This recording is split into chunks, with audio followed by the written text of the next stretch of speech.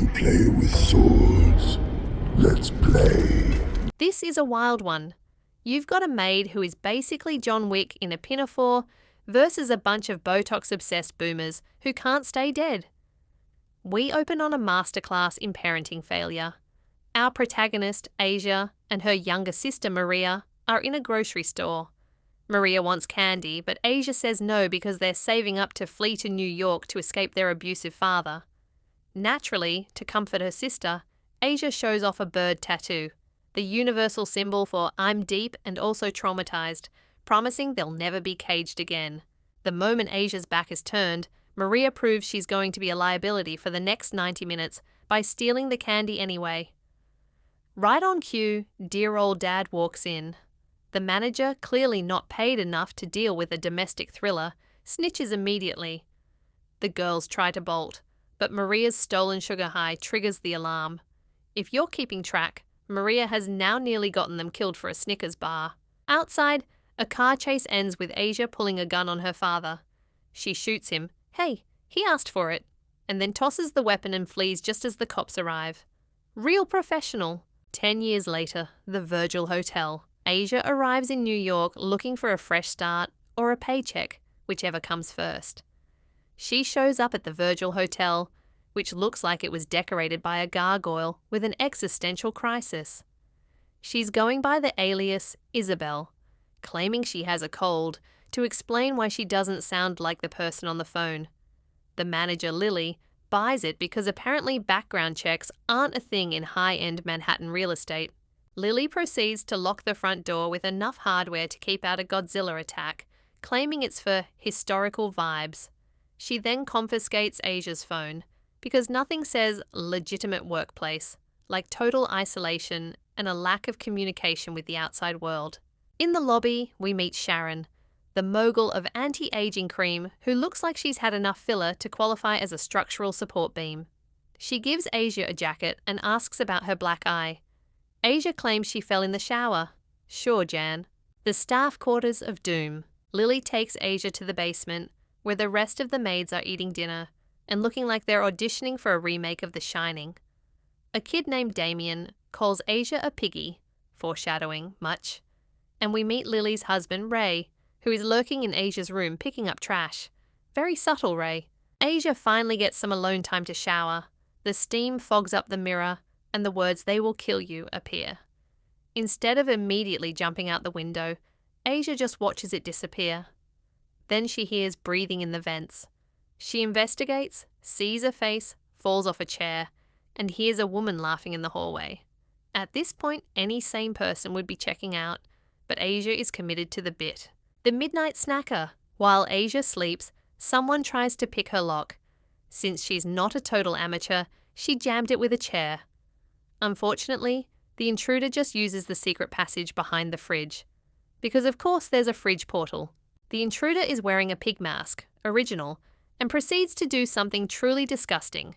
He licks her foot through a hole in the mask. Then he drools on her face. Asia wakes up, finds the drool, gross, and checks under the bed. Just as she sits up, the pig licker hits her with a rag of chloroform. Most people would pass out. Asia, however, has had a very long decade. She smashes the guy against a mirror and breaks his neck. Efficiency. But the chloroform is kicking in, and more masked weirdos are coming out of the fridge. It's Sharon and Kevin. Sharon suggests the dead guy was doing the naughty to the maids before killing them. Real classy group here. Asia is currently semi-conscious and surrounded by masked creeps, but she has a secret weapon. The don't mess with a girl from a sequel energy. She wakes herself up by literally biting live electrical wires like a human jumper cable. The shock sends Sharon flying and gives Asia enough of a spark to dive into her closet where she apparently keeps a portable armory. When Kevin makes the mistake of opening the door, Asia doesn't just say hi, she decapitates him with a sword. She then pulls out a shotgun and starts treating the room like a target range. She uses Sharon as a human shield, which is honestly the most useful thing Sharon has done all day. Asia is hacking, slashing, and basically turning the guest list into a puzzle set. She even chops off one guy's hand and foot simultaneously, before giving him a vertical mouth-widening via blade. Eventually, Asia kills the last man by stabbing him through a mattress. Sharon tries to shoot her, runs out of ammo, and throws the gun, which Asia catches and throws back because she's petty like that. Asia finally finishes Sharon off with a headbutt and a knife to the back. The clapping of doom. Asia walks into the corridor covered in enough blood to paint a house, only to find Lily standing there clapping.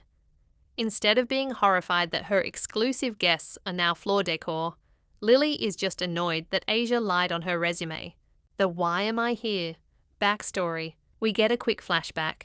It turns out Asia's dad survived the grocery store shooting, tough old goat, and Maria was sent back to him while Asia went to prison. In jail, Asia leveled up her combat stats to final boss level. After getting out, she hired a PI who told her the Virgil Hotel is basically a Bermuda Triangle for minority staff. Asia stole the identity of a maid named Isabel to go undercover and find her sister. The immortality glitch. Back in the present, the people Asia just killed walk out of her room. Kevin is literally carrying his own head like a very grim bowling ball. They just pop their limbs back on, and the skin reattaches like a cheap magnet. Surprise! They're all immortal cultists who made a deal with Satan for a 100-year subscription to life. Lily tells Asia the building is on lockdown. Asia tries the throw a chair at the window trick. It doesn't work. She finds a trapdoor under a carpet and drops into a crawl space. While lurking in the ceiling like a disgruntled spider, she hears the cultists bickering about how they need her alive for the sacrifice. The worst game of tag ever. Asia's hand gets impaled by Lily stabbing through the wall, but Asia just rips her hand off the blade and keeps running. Sharon catches up and grabs her ankle, leading to a crawl space brawl. Asia stabs Sharon in the chest multiple times with a screwdriver, steals her shotgun, and then, since Sharon still won't stay down, blows her head off. As Asia flees Sharon's headless, wandering body, she's grabbed by Ray, the husband, and dragged into a dark passage. Ray reveals he's the one who wrote the warning on the mirror. He explains that the hotel is a 100-year-old satanic temple where the rich pay to kill nobodies in exchange for eternal youth. As long as your name is on a magical pigskin list, you're basically invincible. Ray and Asia stumble upon a room where a maid is locked up. It's Maria. Asia is all, "I'm here to save you," and Maria is basically like, "Ugh, you're so late, I live here now." It turns out Maria was supposed to be a sacrifice, but she took a job promotion instead. The sisters have a quick, heartwarming chat consisting of insults and Asia punching Maria unconscious so she can carry her to safety. Sisterly love is beautiful. Ray, who has apparently decided that being a cultist is no longer vibey, tells Asia that the only way out is a fire ladder on the roof. The catch? She has to go through the 9th floor, which is basically the VIP lounge for the hotel's most depraved residents. Meanwhile, Sharon's eyeball, yes, just her eyeball, is rolling around like a sentient marble, spying on them. Asia squishes it, thank you, but the damage is done. Sharon's headless body shares the memory with Kevin, who group texts the whole cult that Asia is making a break for it. The kitchen nightmare. Asia is currently lugging her unconscious sister, Maria, around like a sack of potatoes. They hide in the kitchen, where a massive cultist finds them. He starts beating the brakes off Asia until Maria finally wakes up and contributes to the plot by embedding a fire axe in his skull. Back in the penthouse, Lily is interrogating Ray about his sudden moral compass. Ray's like, "I liked it better when we were killing scum, not innocent women looking for LinkedIn opportunities." Lily reminds him they were nobodies before the cult gave them a home. But Ray realizes a home where you have to reattach your own limbs every Tuesday is actually a prison. The Hunger Games Maid Edition. Lily hops on the hotel's intercom, probably using the all-staff page, to announce that the elevators are disabled, and Asia's face has been sent to the group chat. It's officially an open-season manhunt. Maria volunteers to distract the staff while Asia climbs the elevator shaft. This plan goes south immediately. In the darkened dining room, Asia gets jumped by a horde of rich people hiding behind tables. They're beating her with the fury of a crowd at a Black Friday sale. Asia manages to escape to the corridor, where she finds an alcohol cart. She does what any sane person would do. She soaks a towel in whiskey, wraps it around her axe, and lights it on fire. Flaming axe diplomacy. Now wielding a fire-buffed weapon, Asia goes full berserker mode. She's setting cultists on fire left and right, using tables as shields, and literally slicing a man in two after a dramatic mid-air jump. The sprinklers go off, because God forbid this hotel gets a fire code violation, and Asia finds Maria, who has secured a shotgun.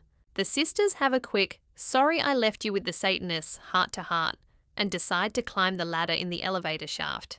It's a struggle. Asia almost drops the ammo, and her shotgun jams, making it as useful as a paperweight.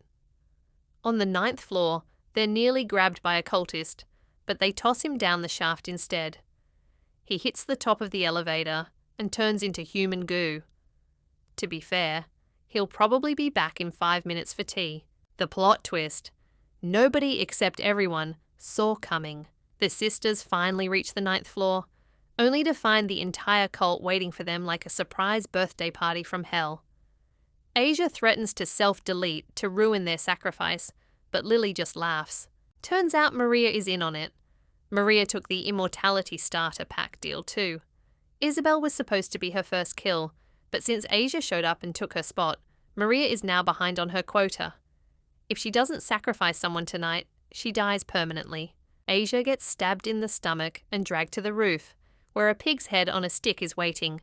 This is the shrine. Suddenly, Satan, or at least a very high-budget puppet of him, appears and possesses the pig's head. It starts talking with its tentacle guts, which is a sentence I never thought I'd have to type. Satan's possessed pig head is now the acting CEO of the Virgil Hotel. Using its tentacle guts, which is honestly a terrible look for a deity, it checks the guest list written on the pig's skin. It decides that Ray and Maria are traitors. Since Ray's name is no longer on the Do Not Die list, Lily is ordered to kill her own husband. She does it with a quick slash to the throat, proving that in this cult, till death do us part is more of a suggestion than a vow. Now it's Maria's turn. Satan tells her that if she wants to stay in the Not Aging and Living Forever Club, she has to write her name on the pig and kill her sister. Maria leans in, scribbles something on the pig's forehead, and then, in a move that actually shows she has a brain, self-deletes. The ultimate loophole. As Maria dies, the cult realizes they've been played. Maria didn't write her own name. She wrote Asia's name. Since Maria sacrificed herself for her sister, the deal is sealed. Asia is now officially immortal. Her stomach wound zips shut like a hoodie, and she goes back to doing what she does best, turning cultists into scrap metal. Asia hooks one guy with a chain and hangs him from the ceiling like a macabre chandelier. She impales Kevin on a wall, finally, and decapitates Sharon for the second, or was it third, time, tossing her head into the trash. She then finishes the job by impaling a guy's head on a broken water pipe. Boss battle the pigmaid. Lily, realizing her entire retirement plan is literally in the garbage, asks Satan for a buff. The pig's head leaps off the stick and attaches to Lily's face, turning her into a tentacled, four-legged nightmare. It's basically The Exorcist meets Charlotte's Web. Lily Pig is faster and stronger, mocking Asia with Maria's voice to try and trigger a breakdown. Bad move. A furious Asia grabs the pig by the snout, rips it off Lily's face, and sends Lily flying onto the very spike the pig head used to sit on. Irony is a dish best served on a stick. The Great Virgil Barbecue. Asia wants her sister back. Satan, being a fan of the equivalent exchange rule, says he'll revive Maria for another sacrifice. Asia's response: she douses the pig's head in gasoline and lights a match. As the names on the pigskin burn, every cultist in the building loses their immortality subscription and dies instantly. Asia then sends the flaming pig head down the elevator shaft in a cart, causing an explosion that probably ruined the hotel's Yelp rating forever. She walks out the front door, using the keycard she finally got to use, carrying Maria's body. The epilogue. The investigator is waiting in the getaway car. As they drive away, Asia notices Maria has the same bird tattoo she has. Then she pulls out a scrap of the magical pigskin. It turns out she changed the name on the skin to Maria's. Maria's wounds heal. She gasps back to life and the sisters hug while the pulsing piece of pigskin implies we might be getting a sequel. The hotel explodes. The sisters are free. And we've all learned a valuable lesson. If a job interview requires you to hand over your phone and work in a basement with 100 exclusive guests, just say no.